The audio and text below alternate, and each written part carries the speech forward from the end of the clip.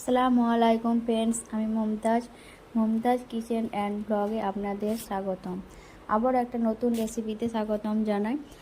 আজকে রেসিপি গরুর মাংসের চাঁপটা বানানোর জন্য প্রথমে মাংসটাকে রেডি করে নেব।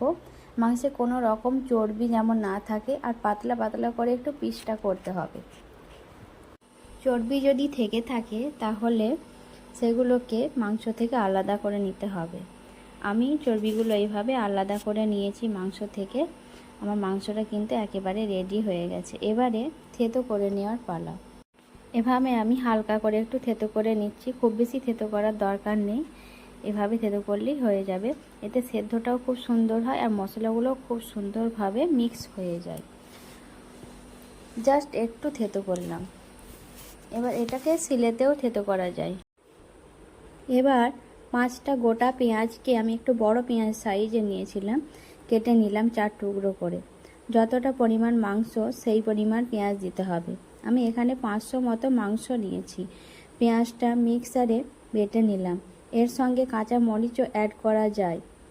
দিয়ে দিলাম আদা রসুন বাটা 2 টেবিল চামচ, পরিমাণ মতো লবণ, হলুদ গুঁড়ো 1 টেবিল চামচ, জিরে গুঁড়া, ধনে গুঁড়া 1 চামচ, কাশ্মীরি লঙ্কার গুঁড়া, আর দেখুন 10টা মতো গোলমরিচ আমি শিলে এভাবে গুঁড়ো করে নিয়েছি, ওটাও দিয়ে দিচ্ছি।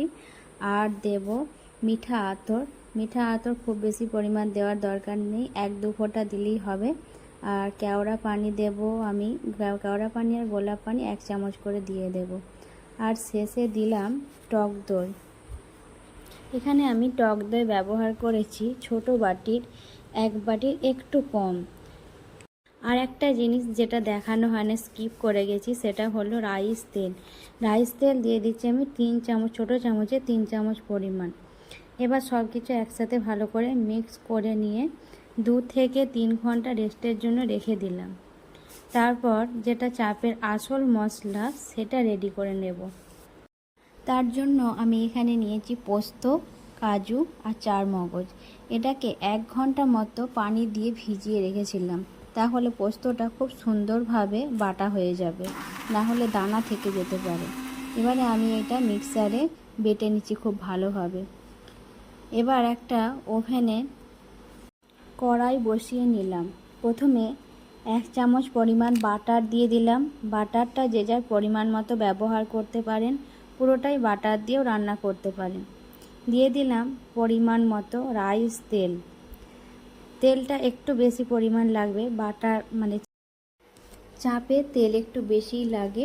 বাটার আর তেল গরম হয়ে এলে ফোড়ন দিয়ে দিচ্ছি 2-3টে তেজপাতা, লবঙ্গ গোটা 4-5, আর দারচিনি একটা ছোট।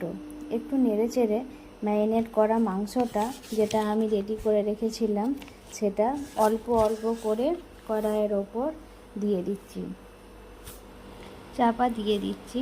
চাপা দিয়ে তারপর 10 মিনিট পর আমি ফিরে আসছি। 10 মিনিট পর চাপা খুলে নেড়ে চেড়ে নিলাম আবারও ভালো করে। আমি যেহেতু এটা ফ্রিজে রেখেছিলাম সেজন্য একটু বরফ হয়ে গেছে, তো বরফটা আস্তে আস্তে গলে যাবে। তো বাইরেও রাখা যায়, এটা অসুবিধা নেই। কতটা পানি বের হয়েছে, আমি কিন্তু 1 ফোঁটাও পানি ব্যবহার করি না এখানে। আর মাঝে মাঝে চাপা খুলে কিন্তু নেড়ে নিতে হবে, যাতে করে সেদ্ধ হয়েছে কিনা দেখতে হবে। সেদ্ধ হলে তারপরে আমি যে চাপের মশলাটা করে রেখেছিলাম, যে স্পেশাল মশলাটা, সেটা অ্যাড করে দিচ্ছি এখানে, যেটা ছাড়া চাপ অসম্ভব। আর তারপর এটা দিয়ে অনবরত কিন্তু নাড়তে হবে, তার কারণ হচ্ছে তলায় ধরে যেতে পারে, যেহেতু পোস্ত আছে সেখানে একটু ধরে যাওয়ার সম্ভাবনা থাকে, সেই জন্য অনবরত নাড়ার চেষ্টা করতে হবে। তারপর অ্যাড করলাম অল্প একটু চিনিটা দিলে টেস্টটা কিন্তু খুব সুন্দর আসে, সেই জন্য চিনিটা দেওয়া। যেহেতু টক দই আছে সেখানে চিনি তো অ্যাড করতেই হবে। আর অ্যাড করছি আমি গরম মশলা যে যার পরিমাণ মতো। গরম মশলাটা অনেকেই পছন্দ করে না, তাই এটা স্কিপ করলেও হবে, না দিলেও হবে। তো আমি দিয়েছি এখানে অল্প করে গরম মশলা দিয়ে এটাকে আমি ভালোভাবে আবার নেড়ে চেড়ে নেব। এটা নেড়ে চেড়ে নিয়ে আমি আবারও কিছুক্ষণ এটা রান্না করতে দেব, যাতে করে খুব সুন্দরভাবে এবার রেডি হয়ে যাবে রেসিপিটা। আবারও আমি চাপা দিয়ে দিচ্ছি সেই জন্য। এরপরে কিন্তু একদম আমার পারফেক্টভাবে রেডি হয়ে যাবে। ফিরে আসছি প্রায় 10 মিনিট পর। 10 মিনিট পর আমি আবারও খুলে দেখলাম যে আমার চাপটা যেটা আমি বানাচ্ছিলাম রেসিপিটা, সেটা একদম কিন্তু রেডি হয়ে গেছে। আমি খুব বেশি ঝোল রাখি না, একটু মাখো মাখো করেছি। আপনারা চাইলে ঝোলও রাখতে পারেন, অসুবিধা নেই। ঝোলটা আমার ঠিক ভালো লাগে না, সেই জন্য রাখি না। তো ঝোলটা যে যার পছন্দ মতো, যে যার ওপর নির্ভর করে সেটা। এই একই প্রসেসে কিন্তু চিকেন চাপও করা যায়। আর শেষে আমি বেরেস্তা ভেজে রেখেছিলাম, বেরেস্তাটা ছড়িয়ে দিচ্ছি, এতে করে দেখতে ও খেতে দুটোই ভালো লাগবে। বেরেস্তা মানে চাপ বা যে কোনো জিনিসে বেরেস্তাটা ছড়িয়ে দিলে কি হয়, খুব সুন্দর মানে পরিবেশন করার সময় দেখতেও সুন্দর লাগে, সেই জন্য বেরেস্তাটা দেওয়া। আর সত্যি অসাধারণ হয়েছিল, দেখতে যেমন হয়েছে সেরকম খেতেও খুব সুন্দর হয়েছিল। এবার পরিবেশন করে নেওয়ার পালা।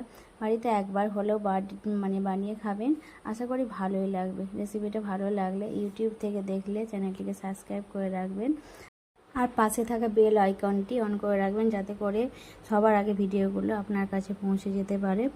আর ফেসবুক থেকে দেখলে আমার পেজটিকে ফলো করে রাখুন। ভিডিওটা যারা শেষ পর্যন্ত দেখেছেন অসংখ্য ধন্যবাদ।